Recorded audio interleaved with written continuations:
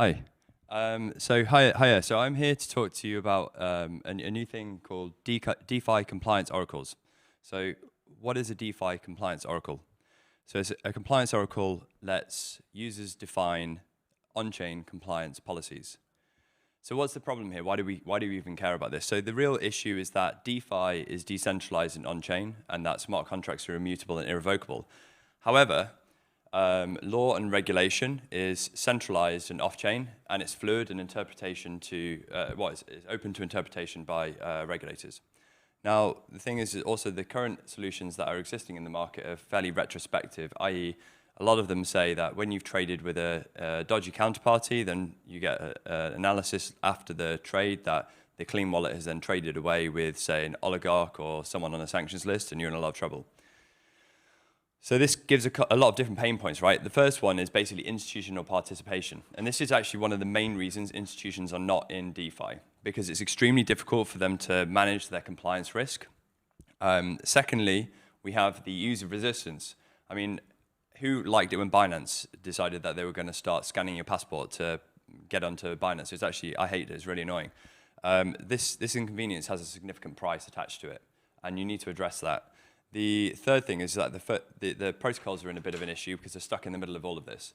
Now, protocols have this horrible task of trying to balance the regulatory demands with what their users want. And it's a rapidly changing ecosystem, so it's extremely difficult for them to adapt, especially with the nature of smart contracts being irrevocable and immutable. Upgradable contracts to the side, right? In terms of technical difficulties, how does this actually present itself as a developer? It makes it really actually quite difficult because on the user privacy side, we have all of the behemoth of zero knowledge. You're having to map things like DIDs to user wallets, and central agencies can demand access to certain information if you've not properly ring-fenced that information. And this is extremely complex as an engineering task. The second thing is set theory.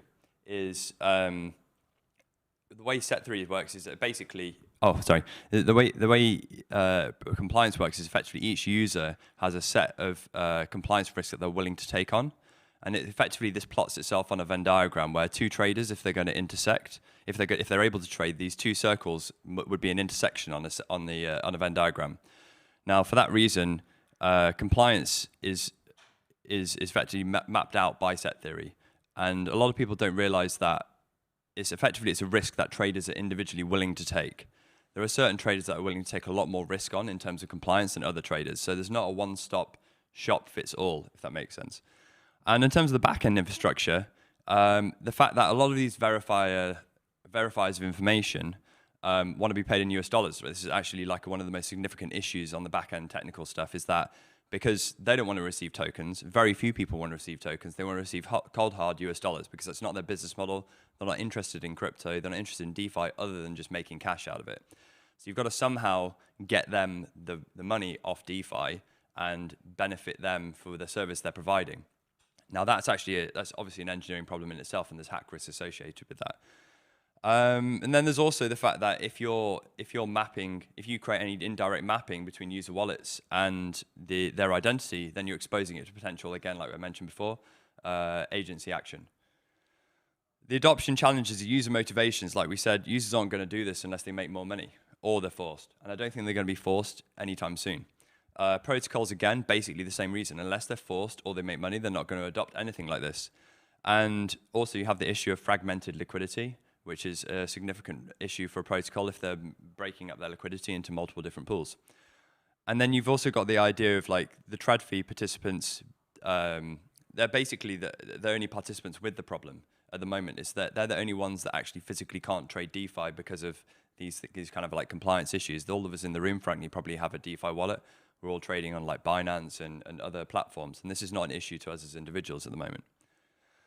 But the reason is why care. I think people are going to be forced increasingly. Regulation has been heating up dramatically in the last couple of years. The biggest thing is probably BlockFi's fine of $100 million. And there's a lot of, in green, you see a lot of big traditional finance shops moving into DeFi or looking at how they can trade in DeFi specifically. And for the investors and for users like ourselves, this is a huge potential avenue of frankly, extra gain for the DeFi community. Because if we can engage these traditional finance institutions, we can see DeFi hitting basically like a $1.5 trillion market. And in terms of the revenue potential, it's huge. If people can crack this, the revenue is directly proportional to daily active wallets, which means that you're effectively a tail hedge because activity increases in times of realized volatility. That makes when things go meltdown and when Terra Luna happens, you see the activity on the chain goes up, which means because the activity goes up, people need to verify themselves to be able to participate in basically to make sure that they can sit within the compliance ring that they've asserted that they can sit within. Because they need to assert that regularly, that means when the activity goes up on the chain, they need to do this more regularly, and then hence the fee pool increases, which is actually really attractive if you're like a hedge fund or you're a VC, because you basically make more money on stuff like this than when you lose money on all the rest of your portfolio. And this is the most interesting bit I actually found for doing this presentation, is that despite all of us have got mashed in our DeFi portfolios for probably the last 6 months, the activity in blockchain has actually increased. And particularly if you remove Binance Chain, which I think is a bit more centralized, and you look at the blue, it's actually gone up.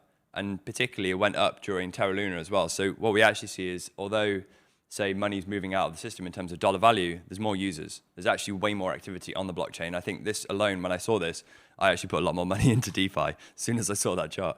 And yeah, that's it. That's all I've got to talk about. And I welcome any questions of like how they feel that this should be addressed.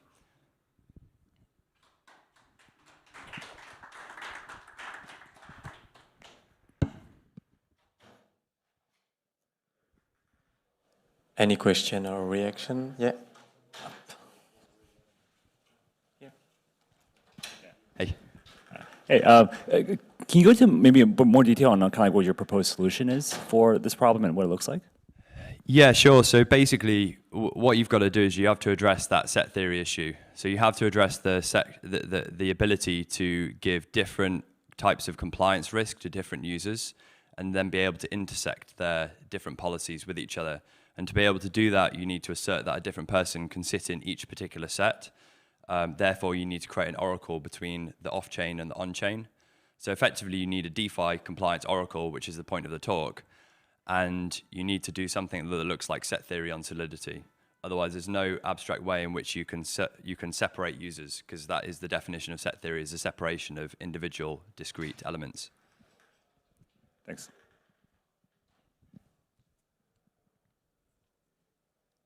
Any other reaction? No.